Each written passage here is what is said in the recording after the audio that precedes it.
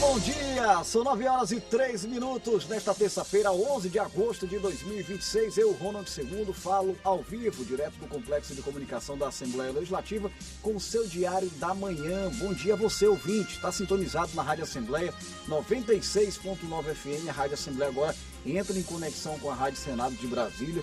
Bom dia a todos os nossos telespectadores que nos acompanham por meio da TV Assembleia, canal 9.2, e a você, internauta, conectado através das nossas plataformas digitais. Hoje é terça-feira, um dia de grandes expectativas na Assembleia Legislativa do Estado do Maranhão, porque, de acordo com o regimento da Casa, é o dia da primeira sessão plenária da semana. Então, a partir das 9h30, nós traremos as participações dos deputados ao vivo, direto da tribuna do Parlamento Maranhense.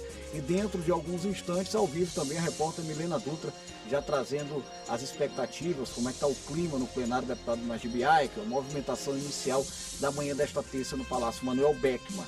Já eu vou receber aqui o José Carlos Aroucha, que é ambientalista, escritor. Está lançando aqui o livro Colapso Ambiental do Planeta Terra. Vamos falar sobre sustentabilidade dentro de alguns minutinhos aqui no Diário da Manhã. José Carlos Aroucha, tem novidade aqui no mundo literário ambiental aqui. E daqui a pouquinho também, já que a gente está falando de meio ambiente, a Nanda Fontinelli traz a previsão do tempo.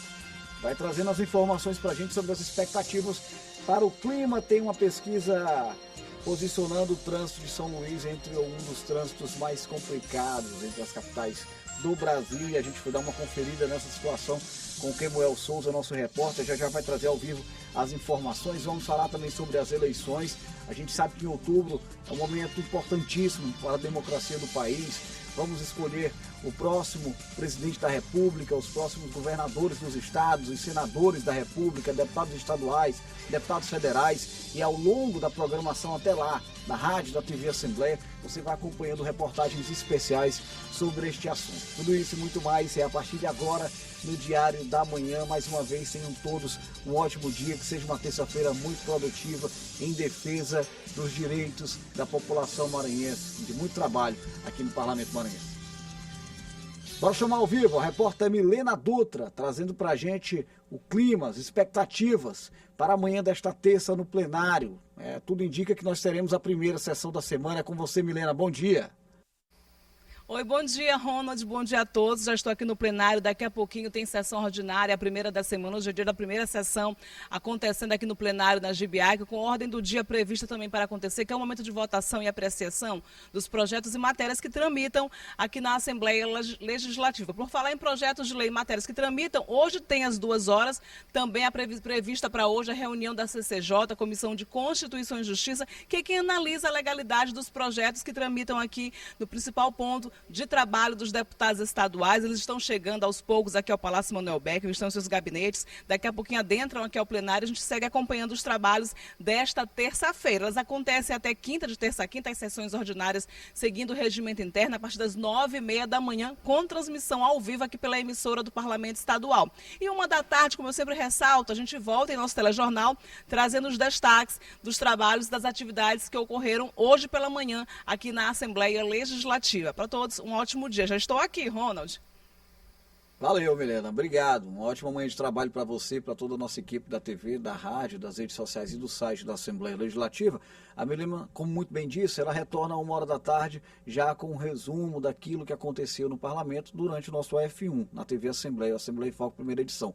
Mas ao longo da sessão plenária, a Milena também faz as suas intervenções. Ela, como repórter, está acompanhando a cobertura dessa movimentação. Então, a partir das 9h30, a gente libera o horário aqui para a TV Assembleia transmitir a sessão plenária desta terça-feira ao vivo, e a Rádio Assembleia também permanece com a cobertura completa, com a conexão com os pronunciamentos dos parlamentares. Mais uma vez, obrigado a Milena Dutra e todas as nossas equipes de comunicação.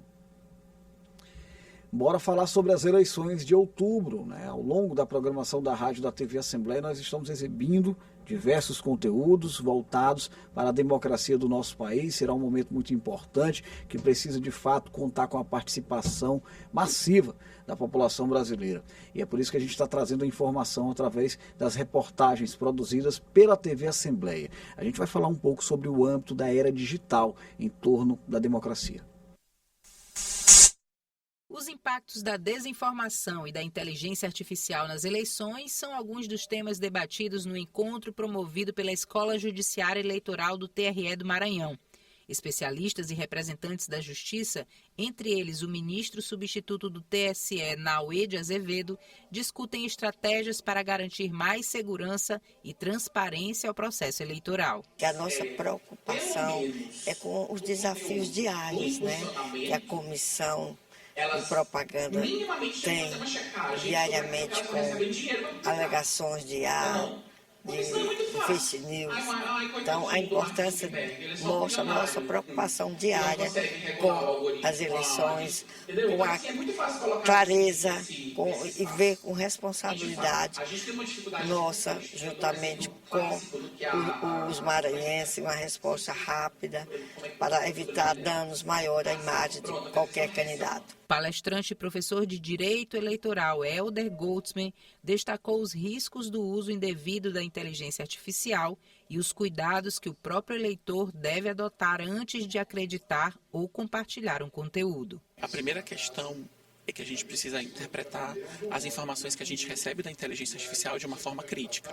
Então você pode utilizar os mecanismos de inteligência artificial para fazer pesquisa e a principal salvaguarda que o eleitor precisa tomar é fazer uma checagem. Então, olha, recebi uma informação, perguntei algo, vou checar aquilo em outras fontes, porque o que a inteligência artificial coloca às vezes pode estar equivocado. Especialmente quando a gente pensa no processo eletrônico de votação e procurar fontes oficiais, como da Justiça Eleitoral, dos Tribunais Regionais Eleitorais, do TSE, para conseguir formar ali a sua crença naquele conteúdo que você recebeu. Para quem participou do evento, debates como este ajudam a ampliar o conhecimento sobre os desafios do ambiente digital e reforçam a importância da preparação para um processo eleitoral cada vez mais conectado. Nesses momentos que antecede a eleição, antecede o pleito, eventos de capacitação, eventos que contribuem para que a comunidade acadêmica ou até mesmo os servidores que trabalham diretamente com os processos fiquem qualificados, né? Então tiram dúvidas com profissionais capacitados. Então assim, os profissionais que foram trazidos no evento estão de parabéns, porque são profissionais muito capacitados que estão aqui à disposição para tirar as dúvidas que a gente tem, né? Para quem trabalha diretamente com o processo eleitoral. A cobertura completa a respeito do processo eleitoral deste ano, com as reportagens, as transmissões, você vai acompanhar, claro, pela TV e pela Rádio Assembleia do Maranhão. A gente vai abrir agora o nosso quadro de entrevista desta terça-feira no Diário da Manhã. Entrevista.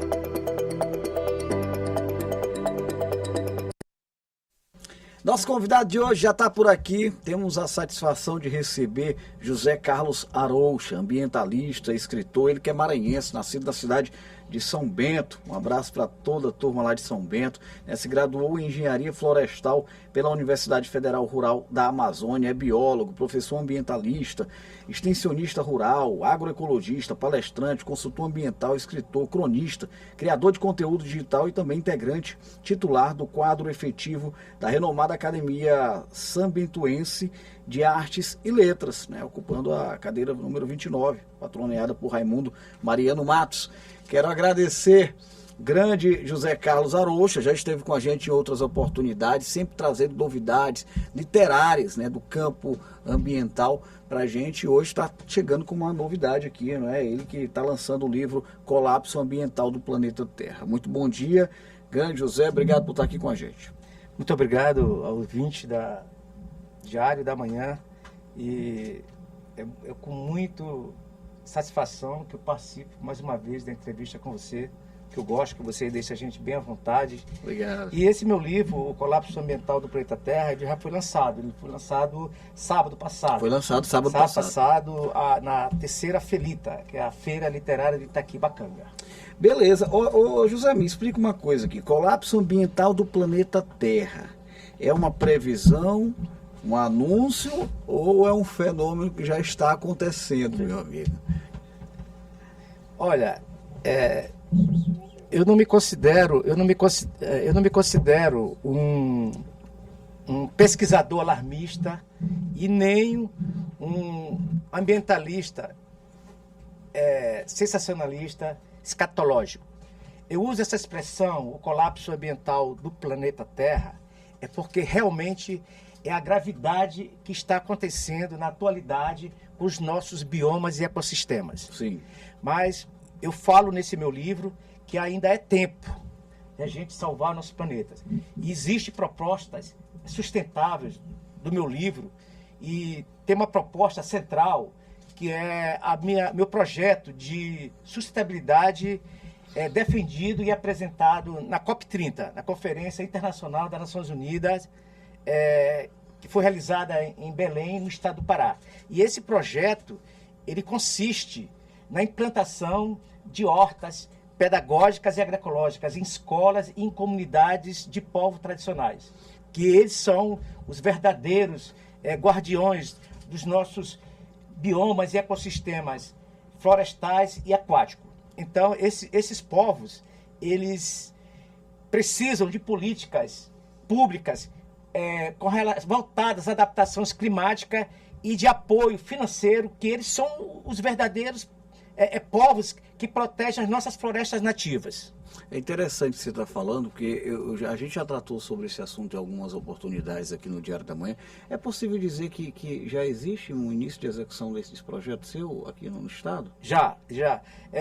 Infelizmente eu não tenho muito apoio financeiro. Sim. Mas eu já estou nas comunidades indígenas e quilombolas, em escolas que já tem as hortas. Nas escolas eu faço uma demonstração de método e ver como é que funciona de maneira agroecológica e orgânica. E em algumas comunidades eu já tive a oportunidade de implantar algumas hortas. Mas nós precisamos de apoio, eu preciso de apoio. Porque se a gente não tiver um apoio econômico e logístico, a gente não consegue colocar em prática esses nossos trabalhos. O que caracterizaria esse chamado colapso ambiental que você cita aqui já no título do livro? Aí? Olha, amigo, nós estamos entrando em uma esfera de degradação ambiental, antrópica e morte, onde as mudanças climáticas, o desmatamento, as queimadas, a poluição e contaminação dos nossos recursos hídricos, os rios, os mares, eles estão sendo contaminados com resíduos sólidos, lixo, eles estão sendo contaminados e poluídos com dejetos sanitários, hospitalares, industriais, de maneira in natura. E a nossa própria perda da biodiversidade, ela está desequilibrando os nossos ecossistemas e comprometendo a nossa vida socioambiental. Ô José, você está falando aí, eu estou me recordando que no meu tempo de escola se falava de maneira muito superficial sobre a educação ambiental. Você entende que nós, enquanto sociedade, falhamos dentro desse contexto educacional voltado para os cuidados com o meio ambiente? Está faltando aprimorar, né, a grade curricular, por exemplo, nesse campo pedagógico, no ambiente das escolas, no âmbito das universidades? É preciso tratar com mais seriedade, mais assiduidade desse assunto? Exatamente, você tocou num ponto que é interessante. Eu trabalho muito todas as modalidades de educação ambiental, seja ela formal, informal, conservadora ou tradicional, crítica, e uma das educação que eu trabalho, que é a socioambiental. Porque essa educação socioambiental que vai ser o instrumento para você transformar pessoas em cidadãos ecologicamente corretos, socialmente justo e economicamente viável. Então, está faltando as pessoas trabalhar nos currículos de maneira transversal essas disciplinas. Porque tem um mito, porque eu sou professor de matemática, eu não posso trabalhar a educação ambiental. Não, se você trabalha essa disciplina de maneira transversal, 5, 10 minutos, o que você faz lá com os seus resíduos sólidos? Você separa, você joga lixo no rio. Essas práticas, e você trabalhando isso, você com certeza já está contribuindo para o meio ambiente e a natureza. E através da educação ambiental, que a gente pode trabalhar nas escolas, projeto de conscientização de coleta seletiva, uma horta agroecológica e orgânica, porque eu acredito que a horta agroecológica e orgânica é um laboratório a céu aberto para o professor trabalhar na sala de aula de maneira teórica e trabalhar na prática, na sua horta. Então eu fico muito triste quando eu vou numa escola que não tem uma horta. Eu fico muito triste. E esse meu projeto, ele surgiu do meu livro Educação Ambiental e Solidária das Escolas, que é esse projeto de implantação de hortas nas escolas. Eu acho que quando você trabalha nas escolas de maneira transversal, a educação ambiental, você com certeza vai transformar essas pessoas em verdadeiros cidadãos. E é interessante quando a gente fala em cobranças, né, desse campo educacional, a discussão tende a levar para um lado do campo público, mas não, na verdade as escolas também da iniciativa privada têm fundamental importância dentro desse processo. E eu acho que mais ainda é importante que o próprio MEC, né, o Ministério da Educação, possa ter um olhar mais sério, mais voltado para essa questão da grade curricular, tornando obrigatório mesmo, né, uma discussão mais permanente. Efetiva, né? Mais efetiva, é verdade, em torno desse problema. Agora, trazendo essa situação para o campo para o nosso Estado, quais são as principais preocupações que o senhor acha, enquanto um estudioso desse assunto, José Carlos, que a população maranhense precisa ter em relação à questão ambiental no Maranhão, né? Olha, nas minhas andanças, algumas regiões e também alguns municípios do estado do Maranhão, a gente tem um problema muito sério com a questão do lixo. Porque eu não gosto nem de falar essa palavra lixo. Eu falo resíduos sólidos, mas por quê? Tem muitos materiais que deveriam estar sendo reciclados, agregando valor, gerando renda para as comunidades. Então, é um problema sério, não é só no problema no Maranhão e no Brasil e no mundo. Hoje, infelizmente, eu tenho um livro chamado Planeta Terra, a Grande Lixeira Humana. Nós estamos transformando os nossos biomas e ecossistemas em grandes lixeiros humanas. E, só para você ver uma dica aqui, toda a produção de resíduos sólidos produzido no mundo, a própria reciclagem não consegue mais processar esses materiais. Então, para onde é que vai esses materiais? Para as praias, para os rios. Onde você vai, zona rural, zona urbana, praças, qualquer logador de espuma, você vê lixo. Então, é um problema seríssimo a questão do resíduo sólido, principalmente na capital São Luís. Eu fico muito triste que o Maranhão tem 217 municípios e nós temos apenas um aterro sanitário que é consorciado com as cidades metropolitanas, que é Ribamar, José de Ribamar, São Luís, Raposa e Passo do Lumiar. E eles estão fazendo o seguinte, eles estão enterrando resíduos sólidos que deveriam ser reciclados. Então precisa da coleta seletiva no estado do Maranhão, precisa de mais ecopontos e precisa de um programa para conscientizar essas pessoas. Porque nós estamos aí no Titara, onde é o aterro sanitário, dos 217 municípios, só tem um aterro sanitário consorciado, e eles estão enterrando resíduos sólidos que vai diminuir a vida útil desses resíduos. Se era 35 anos, vai para 20, 25 anos. Olha, eu estou observando aqui, né, um dos trechos do livro, que aliás está muito bem produzido, muito bem diagramado. Parabéns, viu, José? Você diz aqui que o colapso ambiental do planeta Terra representa riscos sistêmicos à estabilidade global, afetando diretamente a biodiversidade, a segurança alimentar, os recursos de água e a saúde das pessoas. São problemas que vão impactar na vida das gerações futuras. Já estão impactando nesse momento, não é? Com certeza. Mas eu falo, a gente ainda tem esperança. Eu sempre falo nos meus livros... Ainda tem jeito, José? Eu sou um cara esperançoso. Eu acho que é possível. Eu sempre falo no meu livro que... Esse meu livro mesmo aqui, o Colapso Ambiental do Planeta Terra, né? Eu falo que o colapso ambiental não é um destino inevitável. Ele é um alerta ecológico, a adoção de práticas sustentáveis pelas empresas, pelas instituições, pelas escolas e principalmente pelas pessoas e as comunidades, para a gente evitar as crises climáticas e a própria existência, né, cara? A extinção da nossa própria espécie. Então eu acho que é somente através de implementação de políticas públicas voltadas às adaptações climáticas, adoção de práticas sustentáveis e fortalecimento da educação socioambiental que podemos salvar o nosso planeta. Como é que faz para encontrar aqui o livro, hein, o José? Tá. Não, os livros... Quem quer adquirir o livro, como é que faz? Tá. O livro está à venda na MEI. Tá na MEI, certo. A MEI, a Associação Maranhense de Escritura Independente, no Shopping São Luís. Também está à venda na Livraria Vozes, lá na Rua do Sol, no centro da cidade. Legal. E o lançamento aconteceu na Feira do Livro, né? Aconteceu na feira na terceira Felita, né? Que é a Feira do Livro Itaquibacanga, que é uma das maiores feiras a TV Assembleia teve por lá, foi muito bacana. E ele vai ter também um outro lançamento, que vai ser em setembro, na Feliz, na 19ª Feliz, que é a maior feira literária de São Luís.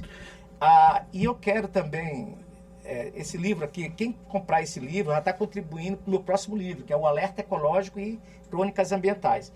Então, eu quero dar só um alerta para as pessoas, um alerta global, se ao chegarmos no ano de 2100, com uma temperatura média anual de 3 graus Celsius, nós estaremos desencadeando a 6ª extinção das espécies.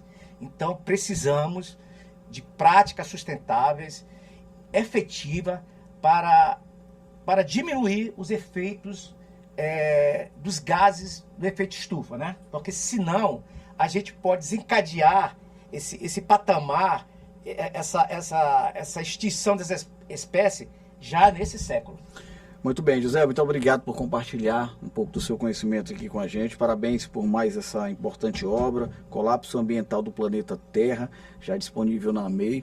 E eu tenho certeza que você vai retornar aqui em uma próxima oportunidade, já com o lançamento de mais um livro. Obrigado mesmo e obrigado pela oportunidade de conversar com os nossos ouvintes, telespectadores e internautas. Eu quero fazer uma consideração final. Fique à vontade.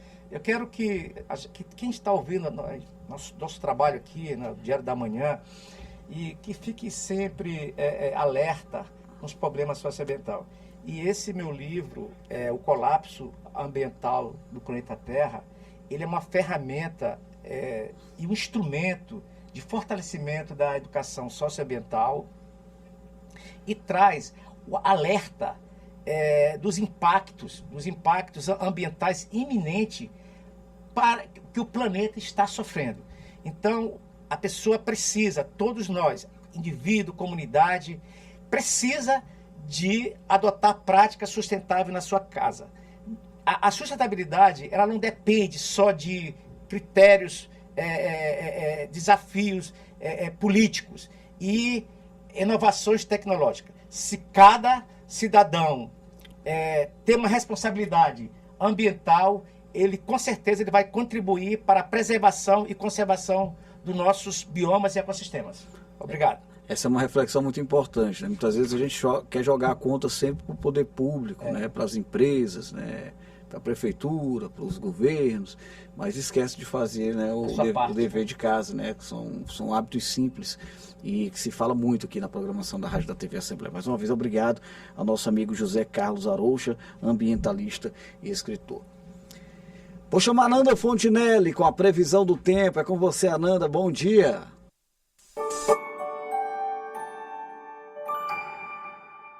Olá, bom dia para você que está nos acompanhando no Diário da Manhã. Vamos ver como é que fica o tempo nessa terça-feira aqui na capital e no interior do estado. A gente começa por São Luís, que essa terça o dia começa com sol entre nuvens, à tarde a gente pode esperar aí um tempo aberto, sem chance de chuva, e a mínima é de 24, a máxima chega a 30 graus e a sensação térmica vai ser elevada à noite. Em São Benedito do Rio Preto, o tempo também segue instável, tem muitas nuvens e não tem previsão de chuva por lá. A mínima é de 23, a máxima chega a 31 graus. É isso, a gente volta daqui a pouquinho, 1h da tarde, na Assembleia Foco, primeira edição, e eu espero por você.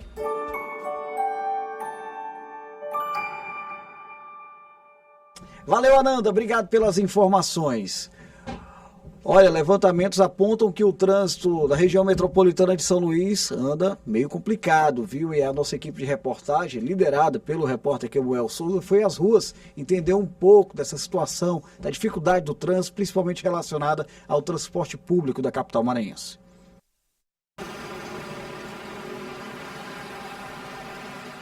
desafio diário. Em São Luís, se deslocar pelas ruas da capital maranhense tem sido sinônimo de paciência, entre congestionamentos, ônibus e um fluxo cada vez maior de veículos. Chegar ao destino pode levar mais tempo do que o esperado. Circular por São Luís faz parte da rotina de milhares de pessoas. E com uma população que precisa se deslocar cada vez mais, encontrar alternativas para que esses trajetos sejam mais rápidos e eficientes é um assunto que ganha espaço nas discussões sobre mobilidade.